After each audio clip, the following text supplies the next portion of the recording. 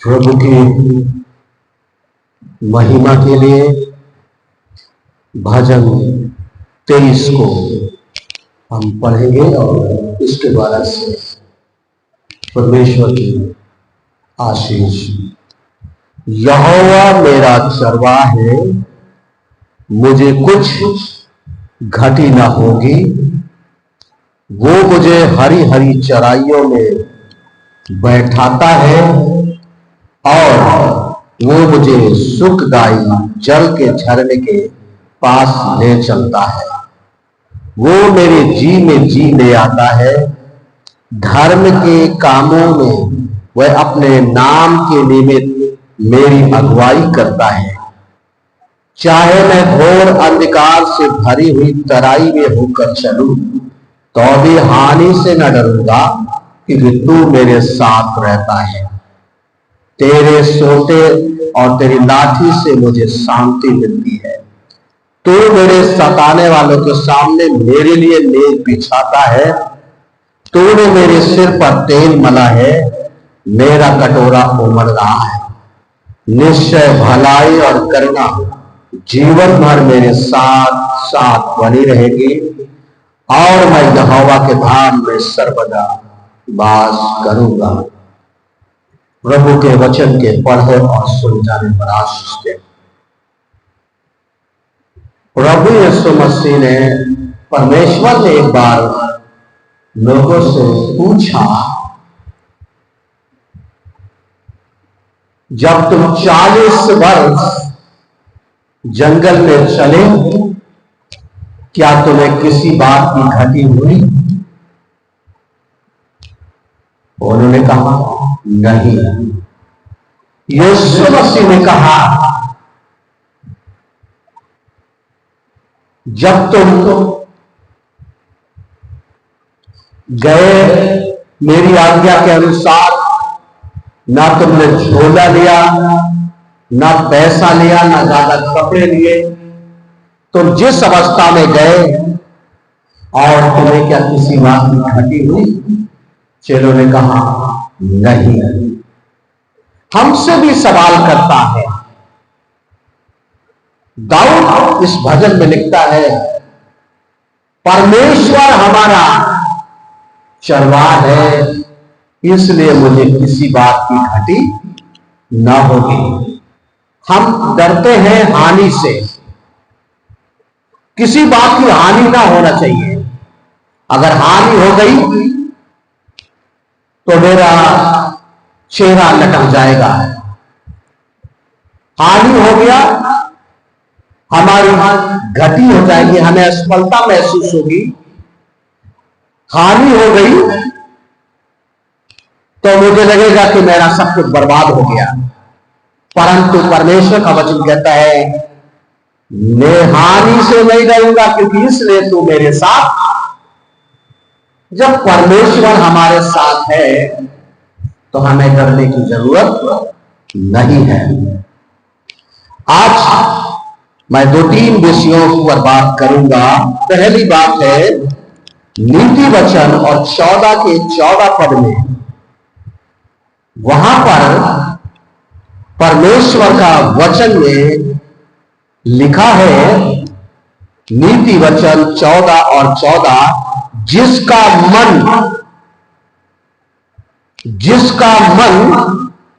ईश्वर की ओर से हट जाता है, वो अपनी चाल चलन का फल भोगेगा। परंतु भला मनुष्य आप ही आप संतुष्ट होता है। ये 2 प्रकार के लोग, एक परमेश्वर से हट जाने वाला और एक भला मनुष्य परमेश्वर में रहने के कारण से अपने आप आनंदित महसूस करने वाला। दूसरी बात है, इब्रानियों की पत्री और 10वां अध्याय और उसकी 26 आयत, यहां हमें एक पल सोचने की जरूरत है। वहां लिखा है, क्योंकि सच्चाई की पहचान को प्राप्त करने के बाद, सच्चाई जानने से पहले का जीवन, सोच, विचार, बातचीत और जानने के बाद कैसा है,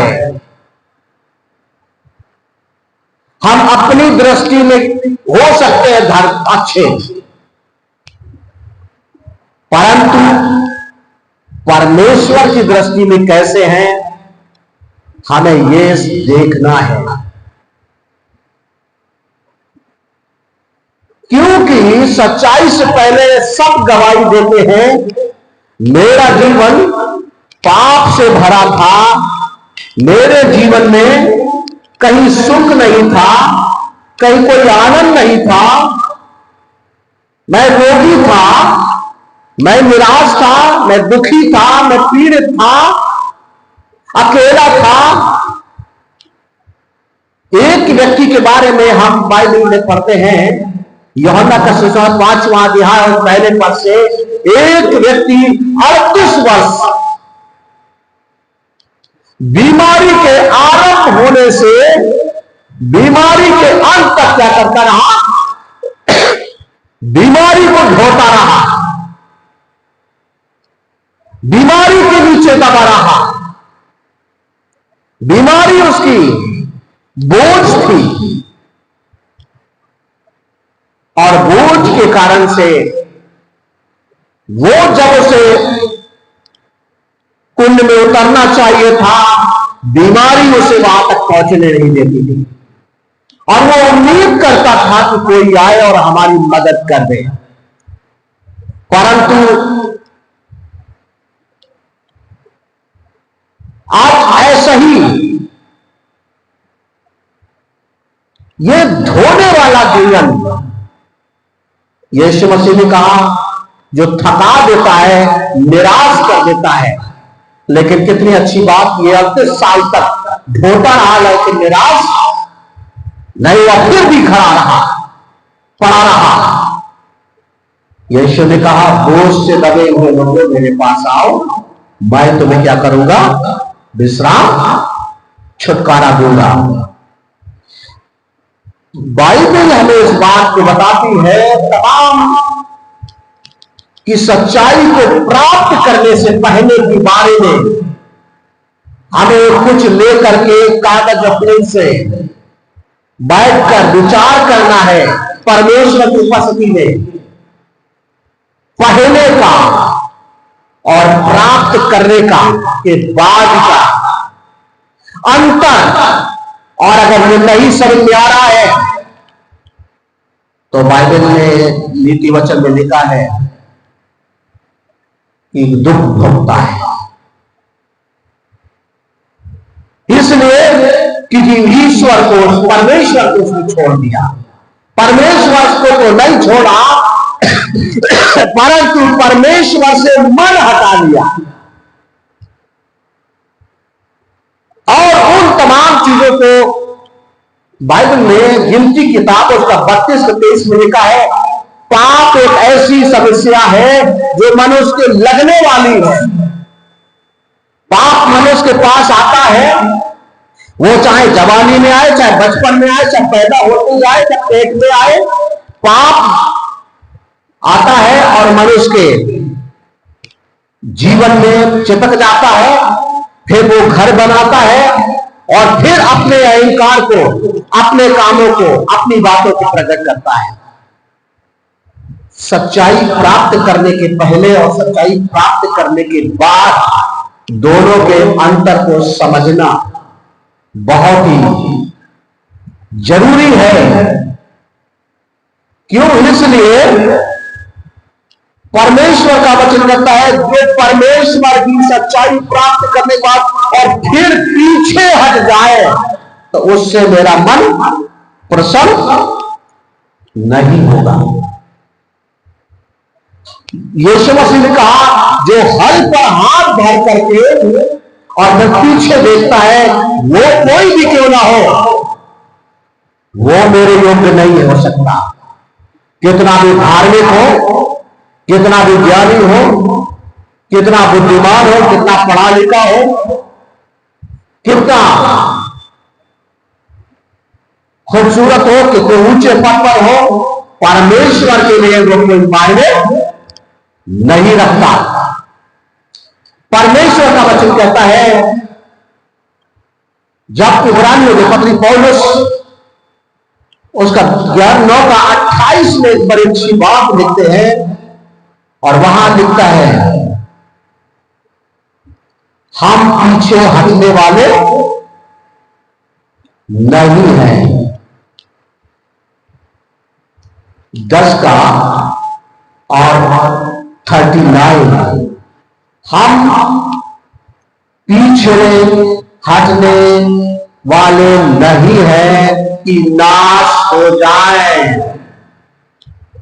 सच्चाई को जानने के बाद पीछे हटने वाला व्यक्ति जीवन को नहीं, विनाश को जरूर अपने गले लगाता है। पौलुस कहता है, हम पीछे हटने वाले नहीं कि नाश हो जाएं। हम प्राणों को विश्वास करने वाले हैं कि प्राणों को सुरक्षित रखें, बचाएं, हम भी बचे और दूसरा को भी बचाएं। हम कितने अच्छे हैं, इस हमारी दृष्टि में हो सकता है, अपनी दृष्टि में हो सकता है, परंतु परमेश्वर की दृष्टि में कैसे है, ये बात हमें तब समझ में आती है। अभी मैं जब परसों उस फैमिली के लोग साथ मिला और जब बातचीत कर रहे थे, और वो संकेत हमें बहुत पहले महसूस हुआ था, और मैंने उसमें दोबारा चर्चा नहीं करी, कि जब कोई व्यक्ति बिना सोचे समझे आगे पीछे निर्णय दूसरों के खुशी के लिए तो लेता है, परंतु उस खुशी का निर्णय का क्या जो लिया गया है सचमुच हमारा भलाई से भरा है,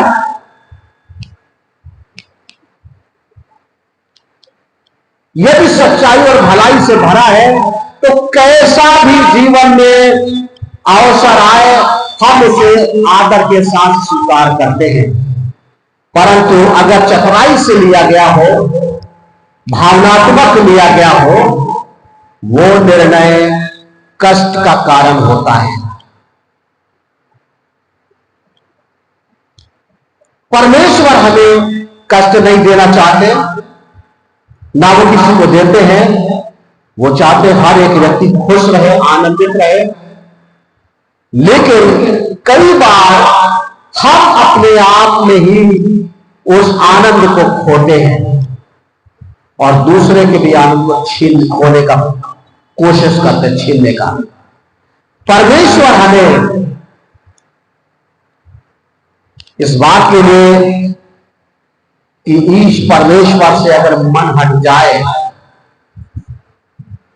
तो वो अपने कामों का फल भोगता है, परंतु भला अगर है तो वो अपने आप में आनंद महसूस करता है। और जो आनंद से भरा होता है तो आनंद से परमेश्वर की महिमा करता है, हर समय स्तुति करता है, व्यक्ति की बातों में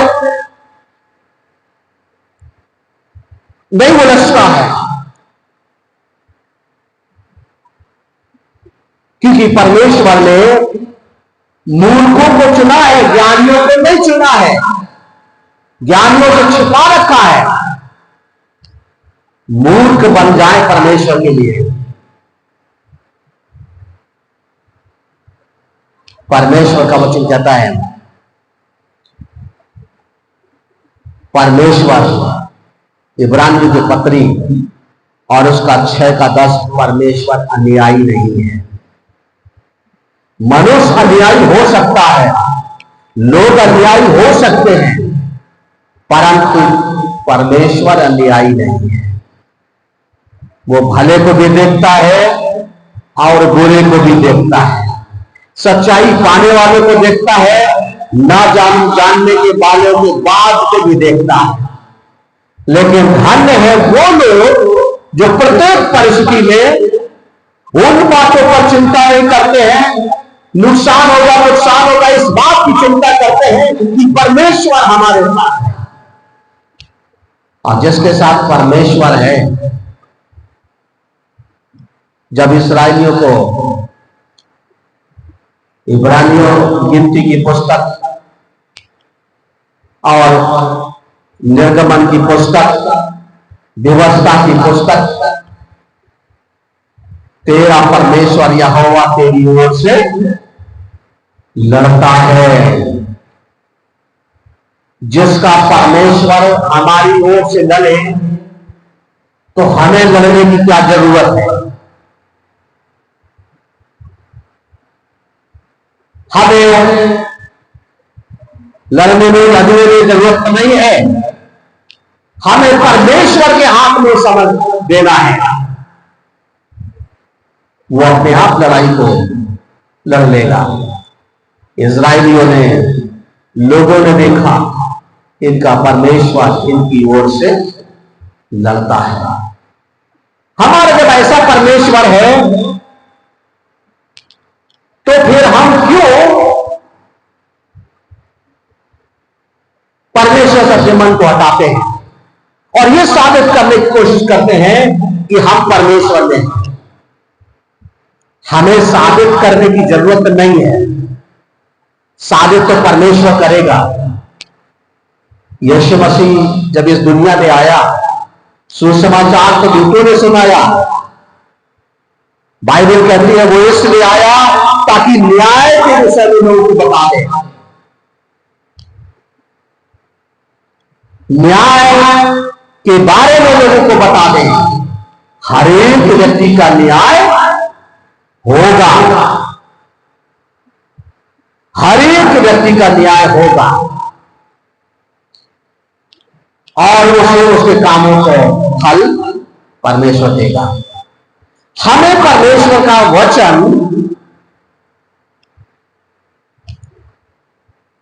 जब दिया गया है, हमने सच्चाई जान ली है, हमें बहुत ही खुश होना चाहिए और भलाई में लगे होना चाहिए। एक बार राजा सुलेमान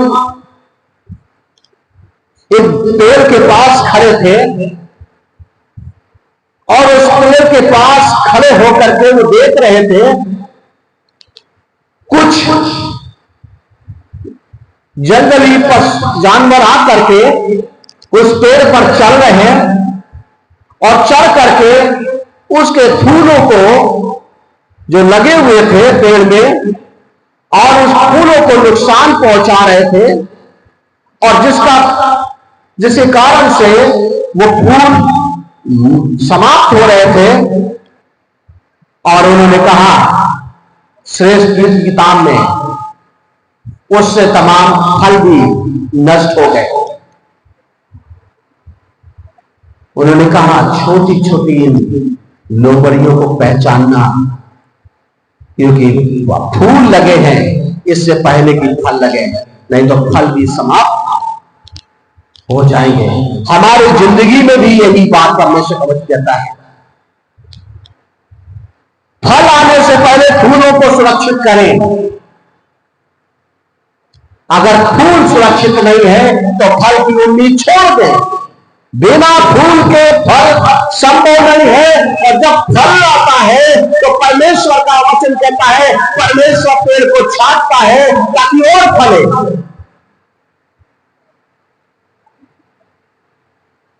परमेश्वर फलवंत बनाना चाहता है।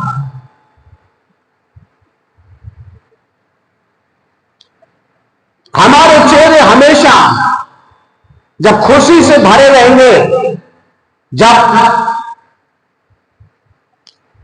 झुर्रियां भी बाहर चली जाएंगी, लेकिन जब अंदर हम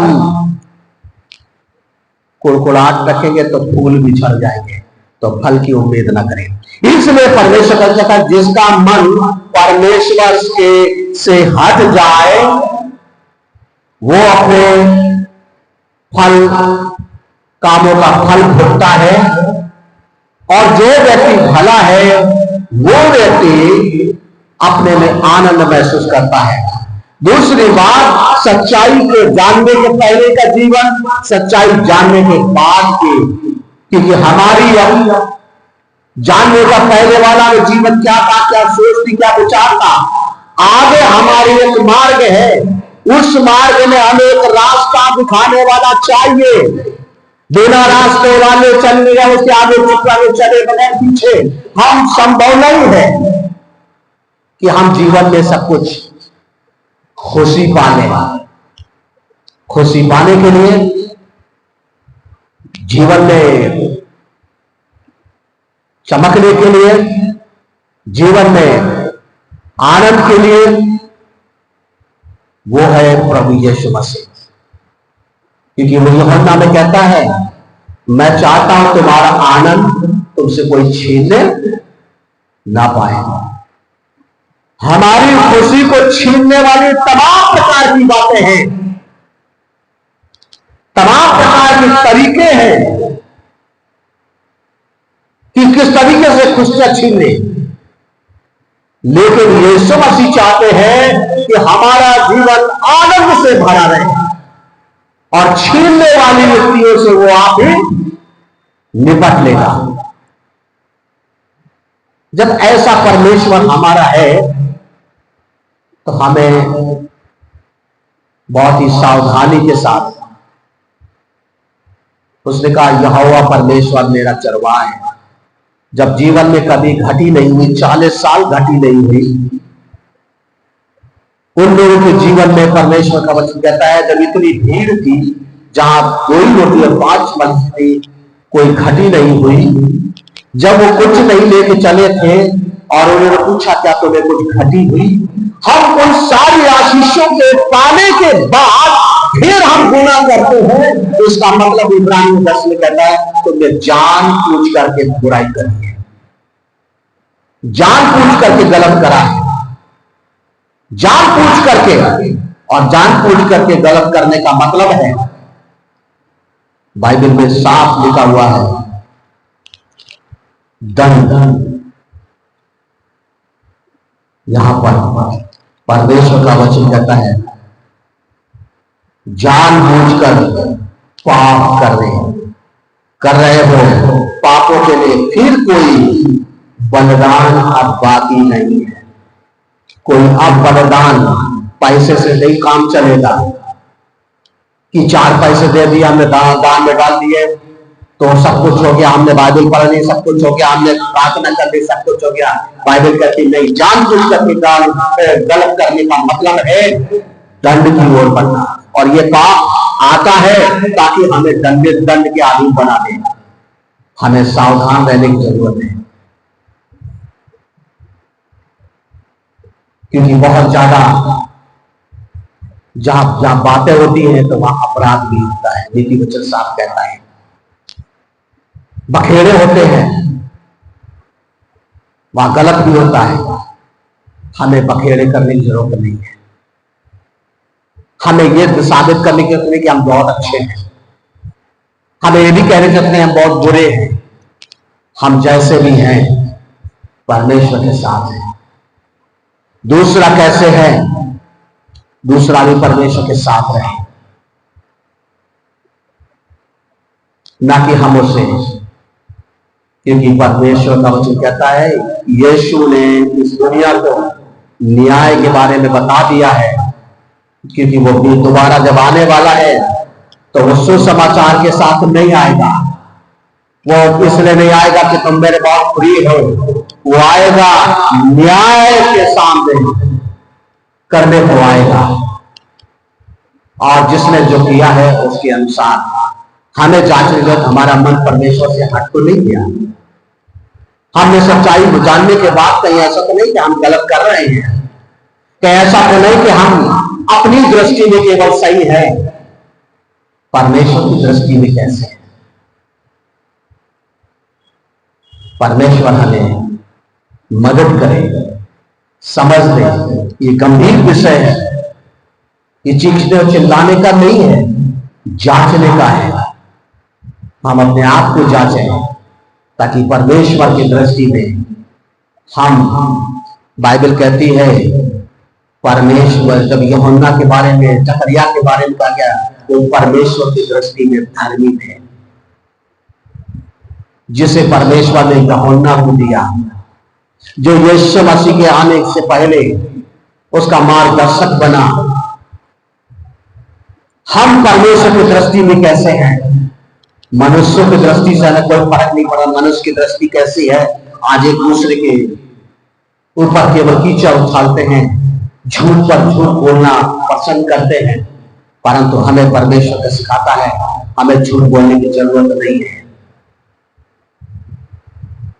हमें परमेश्वर के ऊपर सब कुछ छोड़ देने की जरूरत है, क्योंकि परमेश्वर न्यायी है। पौलुस ने जब उसका सेवकाई के सामने जब वो था प्रेरित के सामने, तब उसने कहा चुप रहे, परमेश्वर तुझे डांटे। उसने स्वयं ने कहा हमें परमेश्वर इससे पहले कि वो उस न्याय के सामने छोड़ दिया। हम बखेड़े क्यों करते हैं? हमें समझना होगा इस गंभीर विषय को, क्योंकि हम पीछे हटने वाले नहीं है, विश्वास करने वाले हैं कि प्राण को बचाए। और बाइबल कहती है धन्य है वो लोग जो अपने प्राणों को सुरक्षित रखते हैं। शरीर सुरक्षित रहे या न रहे, यह तो मिट्टी है और मिट्टी में मिल जाने वाला है, परंतु प्राण परमेश्वर से मिला है। मनुष्य को परमेश्वर ने बनाया, हर चीज को उसने शब्दों से बना दिया, लेकिन मनुष्य को अपने हाथों से बनाया और उसमें सांस अपनी रखी, अपनी सांस रख दी और जीवन दे दिया ताकि हम जीवित व्यक्ति कहलाएं। उसने वचन हमें दे दिया ताकि हम जीवित रहें, इसकी उम्मीद में। परमेश्वर जीवन में हमारे जब आगे है, हमें किसी बात की घटी ना होगी, ना सुरक्षा की घटी होगी, ना सामाजिक घटी होगी, ना आत्मिक घटी होगी, ना सामाजिक घटी होगी, ना पारिवारिक घटी होगी, ना आर्थिक और व्यवहारिक किसी भी बात की बात कहती घटी नहीं होगी। जिस बात की हम घटी को महसूस करें, हम परमेश्वर से कहें परमेश्वर अपनी महिमा के साथ हर एक घटी को पूरा करेगा। प्रभु अपने वचन पर आशीष आइए प्रार्थना में चले। प्रभु जी हम धन्यवाद देते हैं कि आपका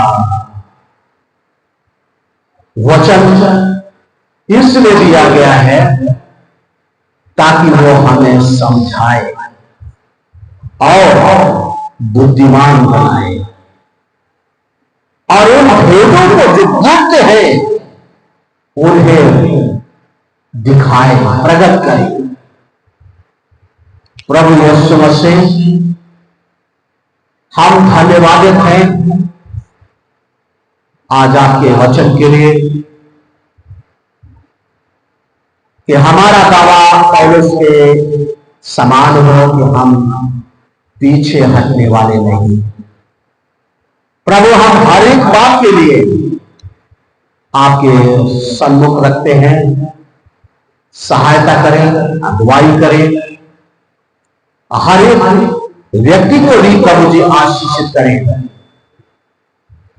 क्योंकि हम सच्चाई जानने के बाद कैसे हैं और जानने से पहले कैसे थे, अगर ये भेद न समझ पाए तो विनाश और नुकसान है, परंतु हम समझ गए तो हमारे जीवन को कोई छीन नहीं, हमारे खुशी को कोई छीन नहीं सकता।